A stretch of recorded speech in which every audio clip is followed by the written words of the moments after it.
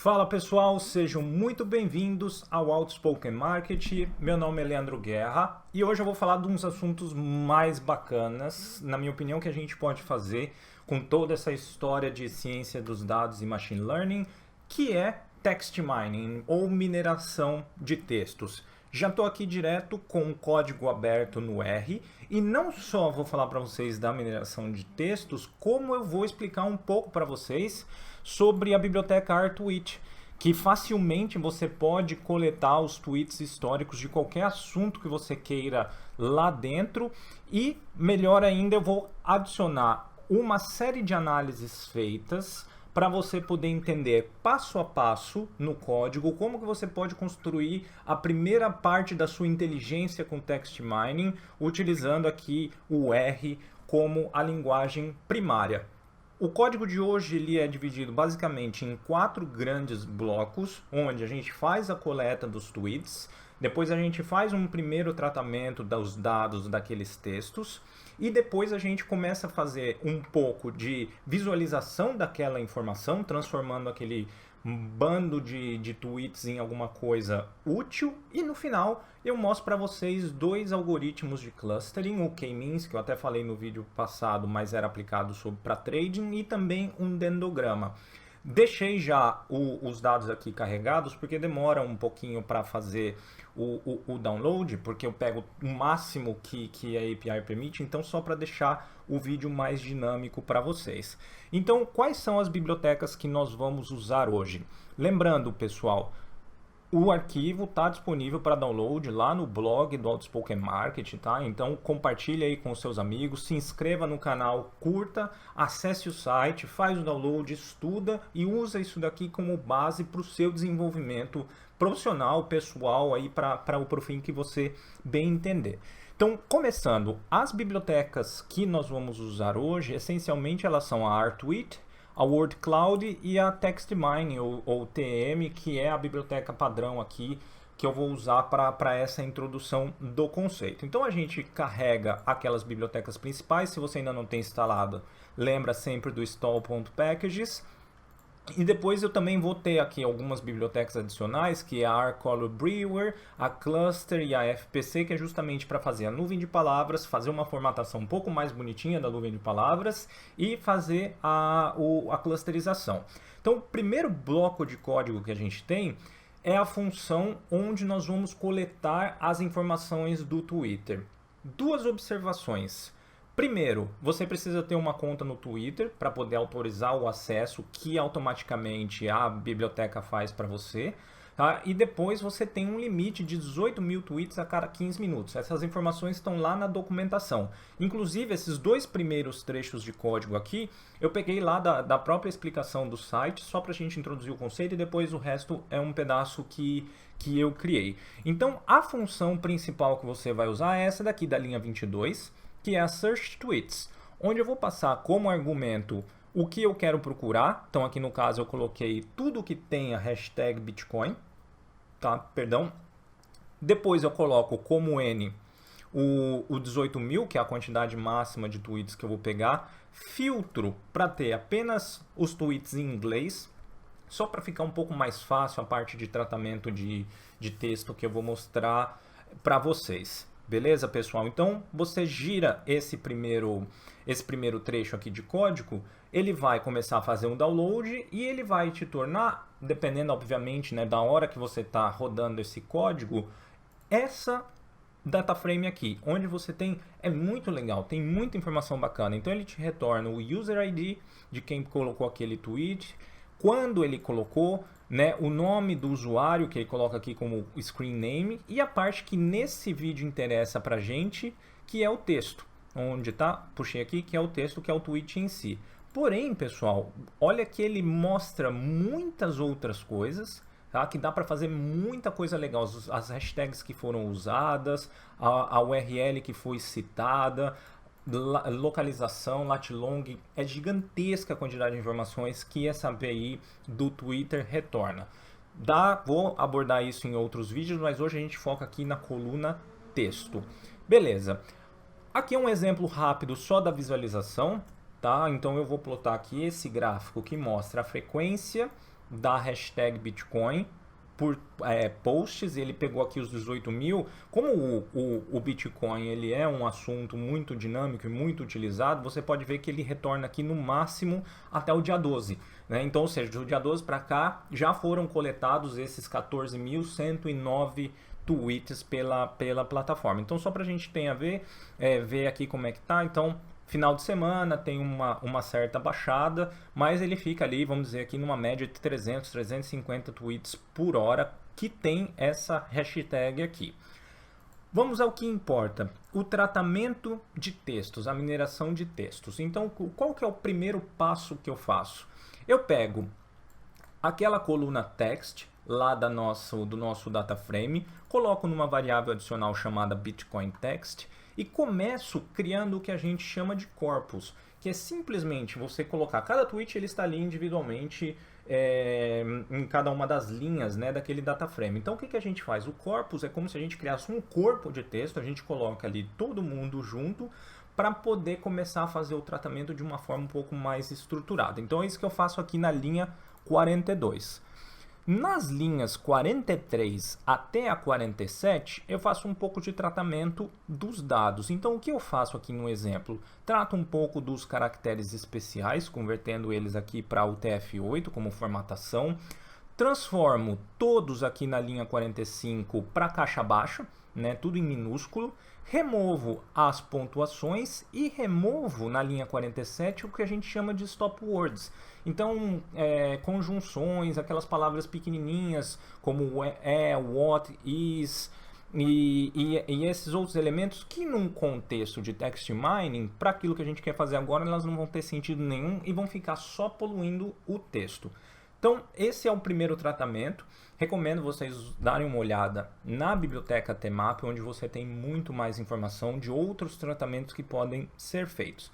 Aí vamos fazer a nossa primeira visualização. Então, quando eu uso essa função aqui, word cloud, passo aquele corpus que eu criei e aqui eu estabeleço o número de palavras que eu quero ter naquela nuvem e a frequência mínima daquela palavra para ela poder entrar na nuvem. Então, o que eu estou fazendo aqui? Minha nuvem vai ter no máximo 100 palavras, nas quais a frequência tem que ser no mínimo 2, ou seja, tem que aparecer pelo menos 2 vezes.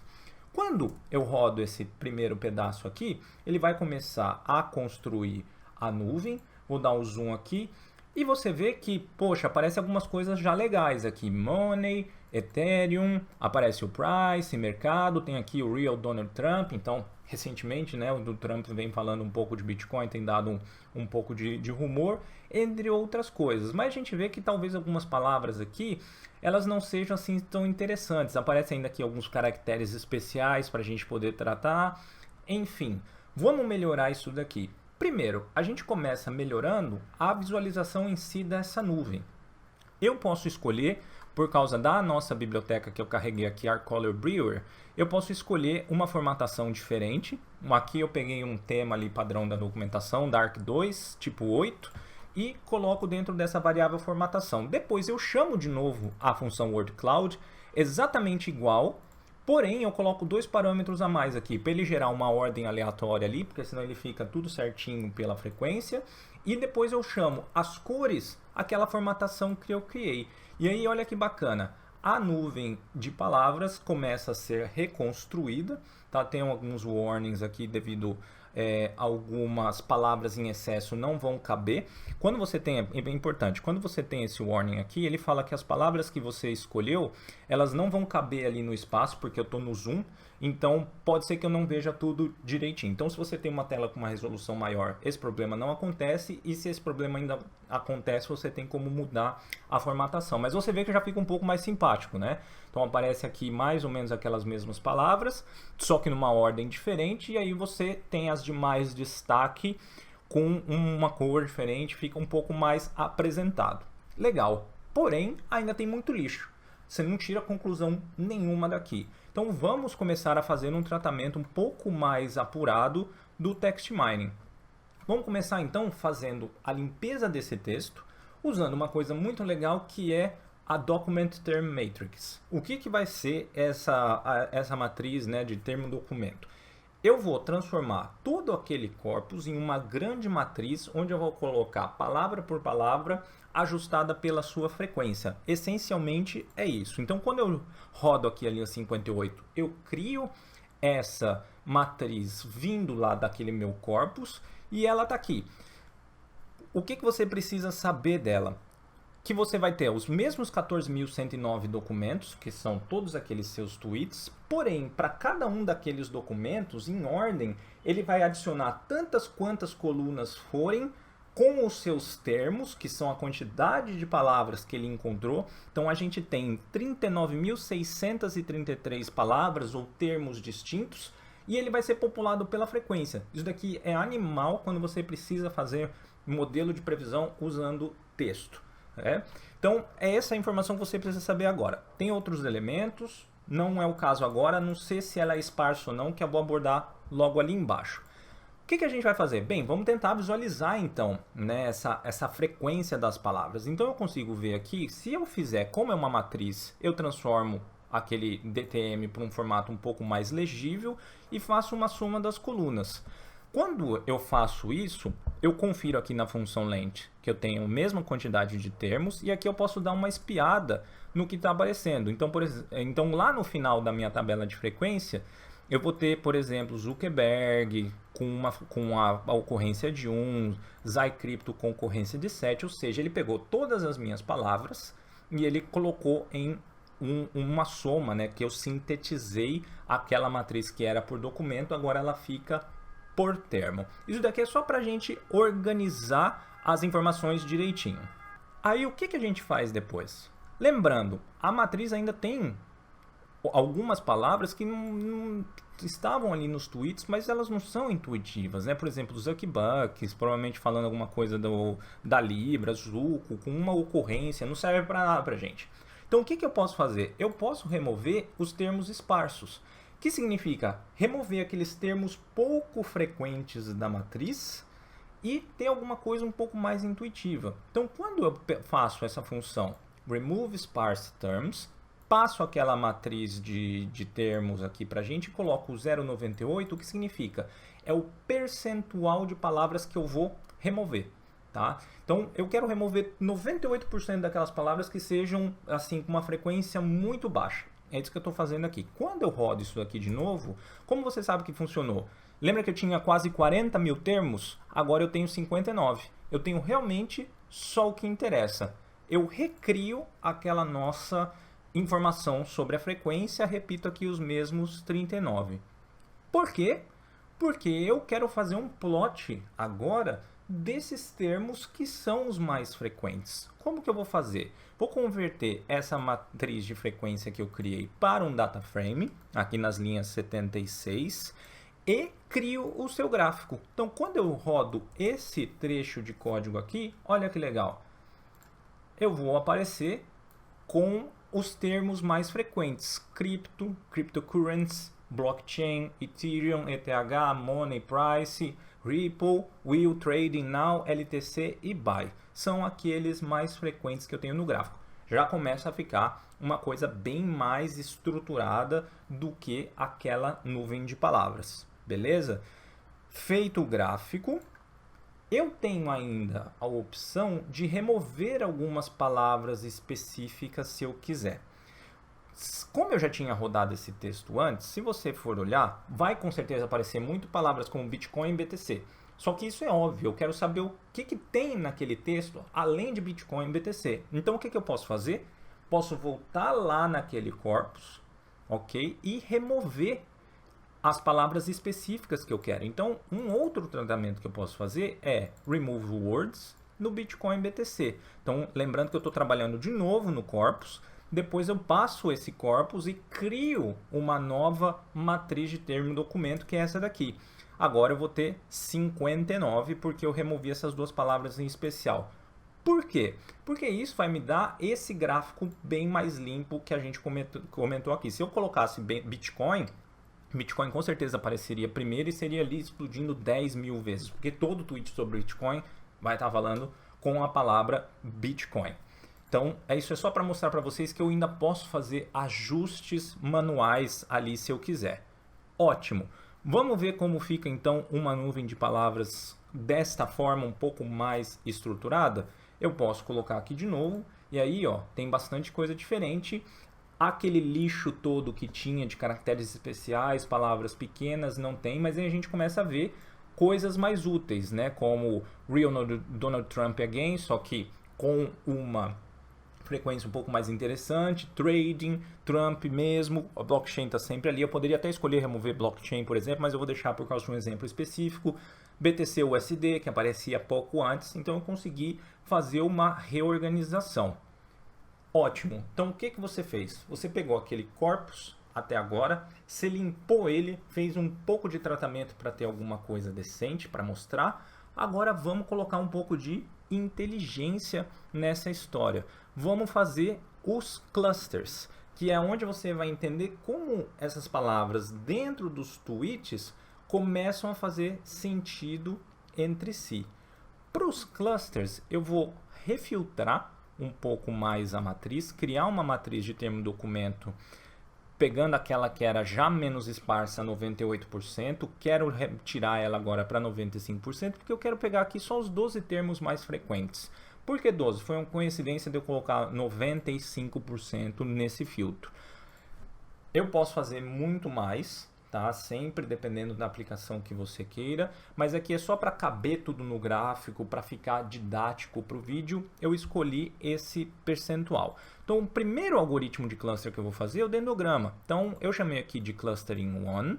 Lembra da aula que eu dei do K-means explicando como é que funciona o algoritmo de clusterização de um modo geral? Então, aqui eu crio a minha matriz de distância usando a distância euclidiana. Chamo aqui de distância, depois vou passar ela para o algoritmo hclust, que vai fazer o dendrograma, e vou fazer ela do modo de busca completo. Quando eu rodo aqui o meu primeiro dendrograma, eu vou ter o meu primeiro plot, e olha que interessante. O que o dendrograma faz, se você ainda não é familiarizado com ele? Ele coloca, baseado na frequência em que as palavras ocorrem e baseado em quanto elas estão distantes uma das outras, as relações. Então, se você ver, é como se fosse aqui uma árvore genealógica, vamos fazer uma associação nesse tipo, com diferentes níveis hierárquicos, e aqui é o que você precisa saber, então é um cluster do tipo hierárquico. Então você tem a palavra mãe, que é cripto, que se você for ver, ela percorre aqui e ela é esse nó principal, porque significa então que o seu domínio principal é cripto.